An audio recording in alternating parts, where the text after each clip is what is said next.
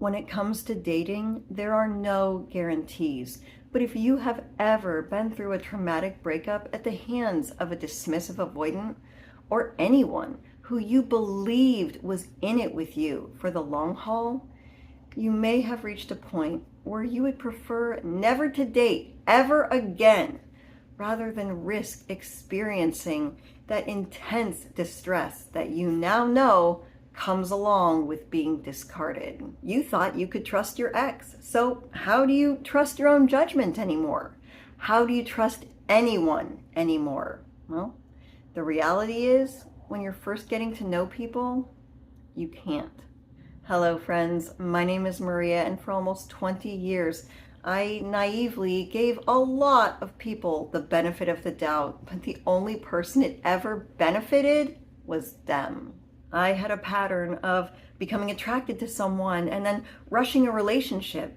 But when it turned out that, they weren't the person of my dreams, well, I was already too far invested, and my anxious attachment had me filling in gaps or making excuses for their complacent behavior or holding out hope for the potential of the relationship.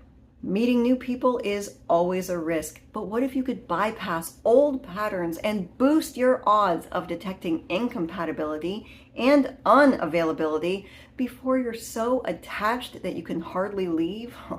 You know what to do. Grab that bottle of nail polish and let's talk.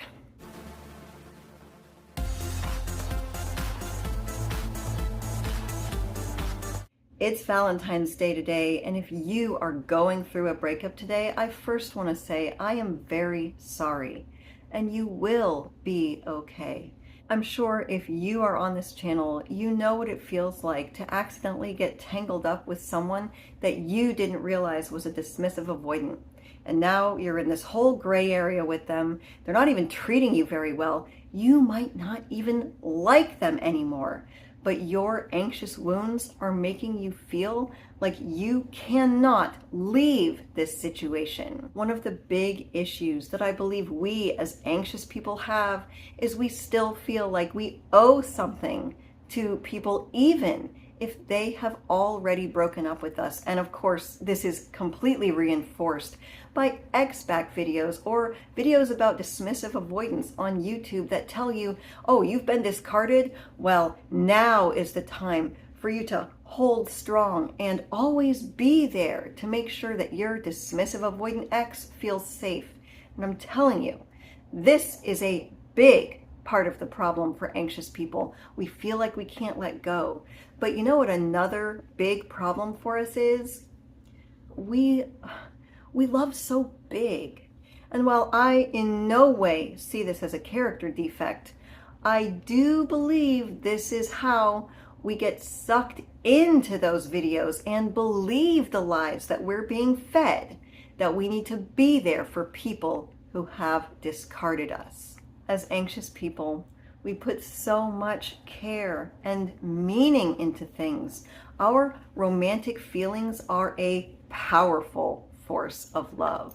I would never encourage you to change these wonderful things about yourself. The only thing I would suggest is to begin thinking of your loving actions as things to be cherished and protected and only given to people who are treating you the way that you deserve to be treated. Someone who is good to you. Dating is a conscious process where you get to know the other person first. And then if you deem them someone that you could see yourself with, that's when you begin to slowly invest.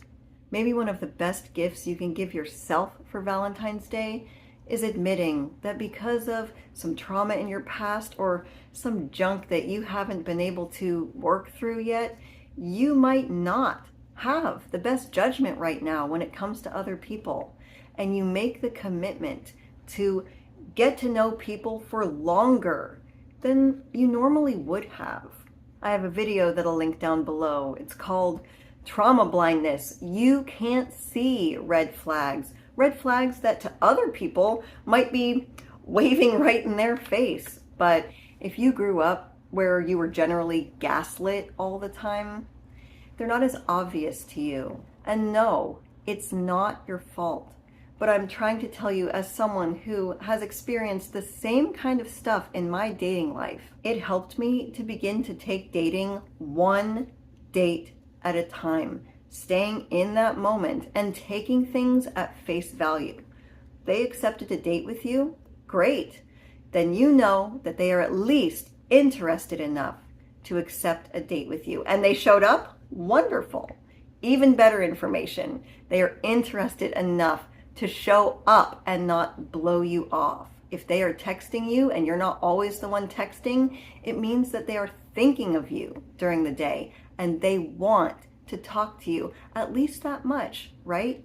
One of the big patterns I noticed when I started dating more secure people, and this is also a pattern that my customers have noticed when they call me for their encouragement phone sessions. And if you're interested in talking to me on the phone, I'll go ahead and put a link down below. But I'll share this with you. The texting patterns, when you date secure people, it's so different because you're not going on and it's not good morning and good night and texting 50, 60 times all throughout the day, because now you are dating more secure people. They're not love bombing you and they're not narcissistically seeking attention for themselves, or they're just doing something that's very attractive, which is basically not constantly reaching out for other people to validate them and their feelings throughout the day. One of the things I used to do when I began dating someone I was really excited about, I would text them all day long, and I would definitely text them mid-morning. I would already let them know how my day was going, and these days, it wouldn't be like that at all. Because I've built a life for myself that I want to be present in. I'm on my goals, I'm on my missions. I don't have time to send encyclopedia long text messages to someone that I just started dating. And I encourage you, don't fill in the gaps for people. Lean back and let them show you that they're thinking of you too. If you're a guy and you feel like it is your job to ask women out on the dates, that's fine. Because if you give women enough space and oxygen in between the dates, you'll still find out real quick if they're really interested in you, if they're taking the initiative and they're texting you too. You see, it's not all one-sided. And when you go throughout your day and you're not texting someone else all day long, it doesn't mean that you don't care. It just means that you care about yourself too. And one of the biggest benefits I found about not constantly texting someone all throughout the day is I wouldn't accidentally get overly attached too soon by incorporating them into every aspect of my daily life. And then in a month, if it didn't work out, well, now there's a big empty hole there. Another thing that really helped me out in the dating world is I finally got it through my head that we don't owe people that we don't really know anything, especially people that we have never made any commitments to. I feel like it's a trauma wound that compels us to feel like we have to justify everything about ourselves, our decisions, our actions, our past, our very existence. For years, I felt like I had to over-explain and justify what I was doing with my time, especially when someone was asking me to do something that I couldn't do. Now, if you've made a commitment to someone and you bail on them or stand them up, then sure, there might be an explanation in order, but you don't owe people an explanation of your life. And if you say the phrase, "I can't do Thursday," that is a complete sentence. We go on dates with people thinking that we have to justify every single dating scenario that ever happened to us. But you know what? It's your past. You're the one that had to go through it. It didn't have anything to do with them. And you have the privilege of opening up and sharing those details when you deem the other person safe. If you go out on a date and someone says, "Oh, tell me about your last relationship," or "How did it end?" Well, that answer can be as simple as, "Well, yeah, I was married and too bad. It's one of those things. It didn't work out." I mean, you're meeting this person for coffee, right? You don't have to go into all of the, well, they were so abusive, or they just couldn't stop cheating on me, or I don't know what the problem is. I just keep finding these crazy narcissists.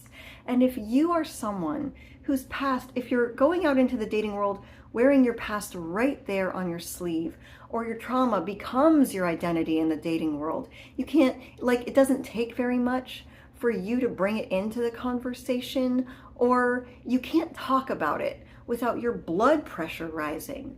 I would argue that maybe you are not ready to be out in the dating world because you are the one who's unavailable right now. And speaking of unavailable, here's a very risky way to accidentally stumble upon a situationship with someone who is not available, but now you're in too deep to get out. And of course, I'm talking about hooking up with people that you don't really know. And I know that maybe for men, it's a little different than for women, even though, trust me, sex means more to men than I think a lot of people realize, especially when it comes to women that they care about. But it seems like in today's world, it's perfectly socially acceptable to hook up with anybody that you want. But I'm telling you, if you have an attachment wound, it's going to blow up in your face. Because right now, it seems like we're hooking up with people, and then we're getting attached, we're getting all the feels, and then we're kind of hoping that the relationship will work out. And I think what that leads to is a lot of dysfunctional and deformed relationships. They're not even whole relationships. And a lot of times, unfortunately, this kind of situation turns into situationships or friends with benefits, which is BS, because one person, they're going to get attached. And if you are on this channel, it's probably going to be you. I want you to have the best protection for yourself when you go out into the dating world. And for a while, that's going to mean holding yourself back and getting to know people first. You decide if you like them first, and then you give yourself to them.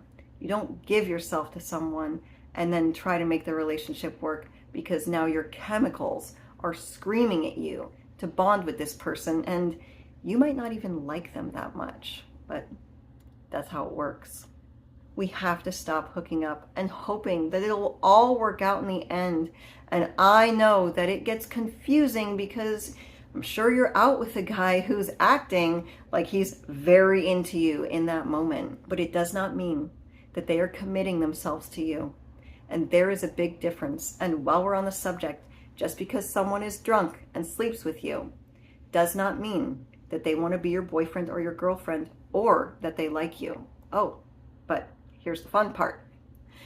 Just because someone's sober and sleeps with you does not mean that they like you, or they love you, or they want you to be their boyfriend or girlfriend, or that they're really interested in you.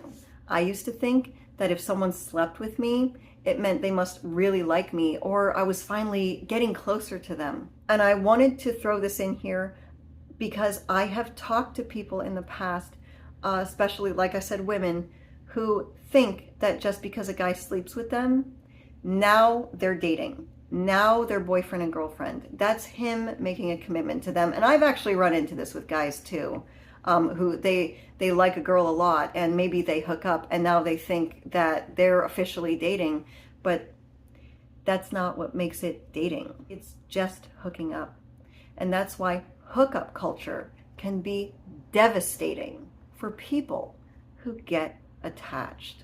Speaking of screwing around, you gotta stop screwing around on social media. You know, there's a lady that I used to watch on YouTube, and she would talk about her boundaries for social media. And it's like, oh yeah, if you're just dating guys or you just like them, you know, you never comment on anything, and you might thumbs up one of their posts one time a month. And at the time I thought that was so cold. I was like, oh my gosh, this woman's boundaries, they're so radical. And I could never picture myself doing something like that, because trust me, when I liked a guy, the whole world on social media knew about it. But eventually I decided that I was going to try out this thing where I had radical boundaries. And I'm glad that I did, because when I was out in the world without boundaries, all it got me was being middle-aged without anyone making a genuine commitment to me.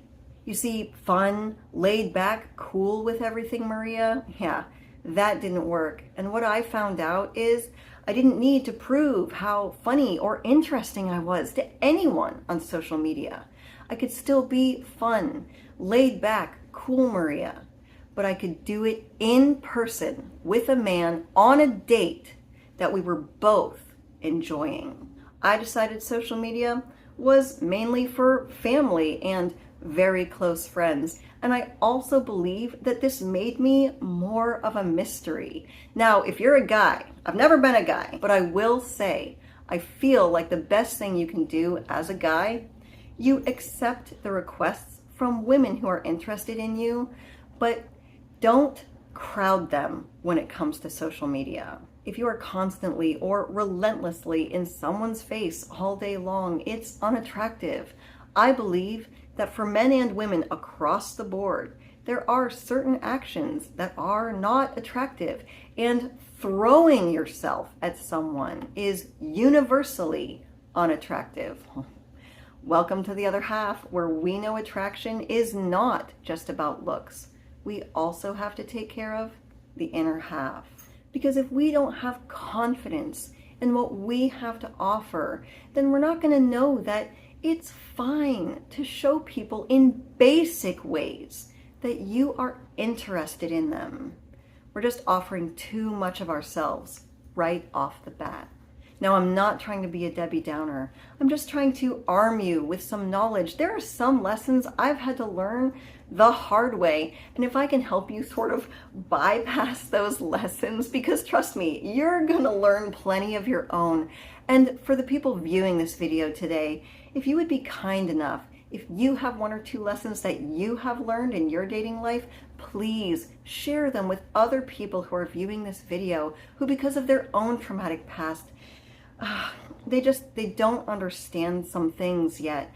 Now, this channel does have a membership where we go into more about dating, because you are going to get over this breakup. You are going to want to go back out into the dating world. Love is not dead. And I have a beautiful member whose name is Rick, who wants to share his story with other members of when he was emotionally abandoned by his partner at one of the lowest points of his life. So he's going to be telling his story this weekend, and he also has some lessons that he learned that he wants to share with others. And this is what it's all about, because not everybody grew up the same way that you did. They're not going to have the same issues that you have, and they probably just flat out don't understand it. They'll say that, yeah, it's radical. I can't believe you won't just sleep with them. Well, they didn't experience life the same way that you experienced it, and I would encourage you never to let anyone who's never been through what you've been through, don't let them make your decisions for you. Yeah, not even me. I get up here and I'm sharing with you some of my boundaries that I've created from my own personal experiences. You have the right to your experiences, and you have the right to create your boundaries. But the trick is, you create these boundaries before you ever get out there and begin the process of meeting people, because people are charismatic and fun and cute, and things can get kind of confusing, you know. I'm feeling a little confused myself. I'm thinking about breaking one of my boundaries today, because even though I know we haven't known each other very long, I friggin' love you.